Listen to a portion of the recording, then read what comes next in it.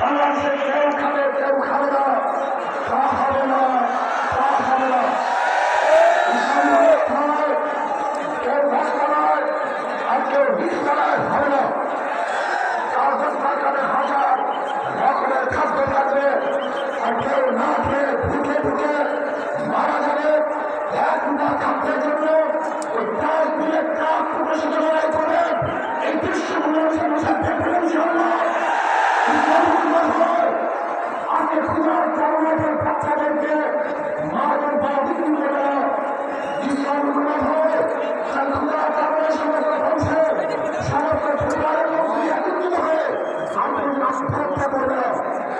ইসলাম হুকুমত হয় এদেশের হিন্দু বৌদ্ধ খ্রিস্টানরা তাদের স্বাধীনভাবে ধর্ম পালন করবে, বাধা দেওয়ার মতো কেউ থাকবে না। ইসলাম হুকুমত হয় প্রত্যেক খ্রিস্টান হিন্দু বৌদ্ধরা তাদের ব্যবসা প্রতিষ্ঠানগুলি নির্বিঘ্নে ব্যবসা করবে, সেখানে গিয়ে কেউ চাঁদা তোলার সাহস করে দেখাতে পারবে না। ইসলাম হুকুমত হয় তাই কাউ সুন্দর মেয়েদের প্রতি কেউ রূপ দৃষ্টি দেখাতে পারবে না। ইসলাম হুকুমত হয় তাহলে কেউ চাকরি পাবে আর কেউ চাকরি পাবে না, এই বৈষম্য থাকবে না, সবাই সমান হয়ে যাবে, সমান হয়ে যাবে। ইসলাম হুকুমত হয় কে আওয়ামী লীগ, কে বিএনপি, কে জাতীয়বাদী, কে জাসদ, কে বসত দেখার কোনো বিষয় নয়। যারা অন্যায় করবে না তারা বাংলাদেশের প্রত্যেকটা জায়গায় নির্বিঘ্নে হাঁটতে পারবে, ফুটুচাপে হাঁটতে পারবে, আর যারা খুশি আমার দলের করেও তাকে জেল খায় ফুটুচা করতে হবে। ইসলাম হুকুমত হয় তাহলে কি হবে? কাঁদবো, সবাই সম্মুখ হবে, এক হিসেবে কাঁদবো, হাসবো, সবাই এক হিসেবে হাঁটবো, খাবো এক হিসেবে খাবো, বস্ত্র দান করবো, সবাই এক হিসাবে বস্ত্র দান করবো, থাকবো সবাই এক হিসাবে বসবাস করবো ইনশাআল্লাহ। ইসলাম হুকুমত হয় আমি সেই দিন অপেক্ষা আছি যেই দিন দেখবো আমাদের বাংলাদেশের প্রত্যেকটা নাগরিক গরিব সীমার উপরে চলে গেছে। আমার বাংলাদেশের একজন মানুষ ক্ষুধার্ত নেই, বস্ত্রহীন নাই, চিকিৎসাহীন কেউ ঢুকিত করবে না। বাংলাদেশের গরিব সন্তানগুলি যারা মেধাবী উচ্চশিক্ষার জন্য তাদের চিন্তা করতে হবে না, সরকারি খরচে সর্বোচ্চ শিক্ষা দেওয়ার ব্যবস্থা সরকার করবে ইনশাআল্লাহ। আমরা কি দেখতে চাই?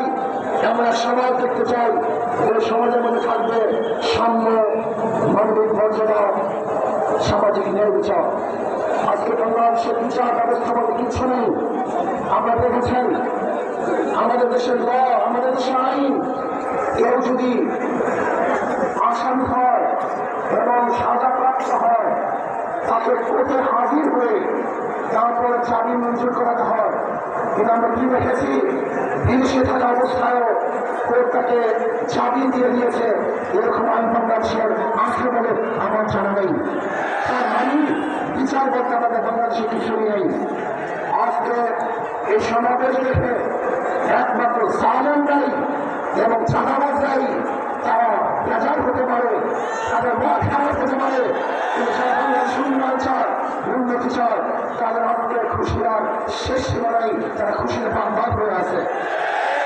আসুন আমরা ইসলাম দাওয়া করি, ইসলাম সংগঠন করে মিথ্যা করবো না, ধোঁকাবাজি করবো না, আমাদের চরিত্র আখলাককে মজবুত করতে হবে। নবী আলাইহিস সালাতু ওয়াস সালামের ব্যাপারে আল্লাহ বলেছেন ইন্নাকা লাআলা খুলকিন আযীম। অর্থাৎ ইসলামী সংগঠন করি, আমরা মিথ্যা আশ্রয় নেই, ধোঁকাবাজি করি, এটা ইসলামী সংগঠনের কোনো সদস্যের চরিত্র হতে পারে না। যা বলবো স্পষ্ট বলবো, যা কিছু করবে স্পষ্ট বলবো, কোন অবস্থায় মিথ্যা বলবো না। যদি আমরাও মিথ্যা বলি তাহলে আমাদেরকে শাস্তি হারিয়ে ফেলবে, আমাদের কথা আমাদের বিশ্বাস করবে না। আসুন আগামী নির্বাচনে ঐক্যবদ্ধভাবে নির্বাচন করবে ইনশাআল্লাহ। আমরা কি বলে দিয়েছিলাম যদি আমরা মুনাফিকি না করি, আমাদের পরিচয় আমাদের কলেজের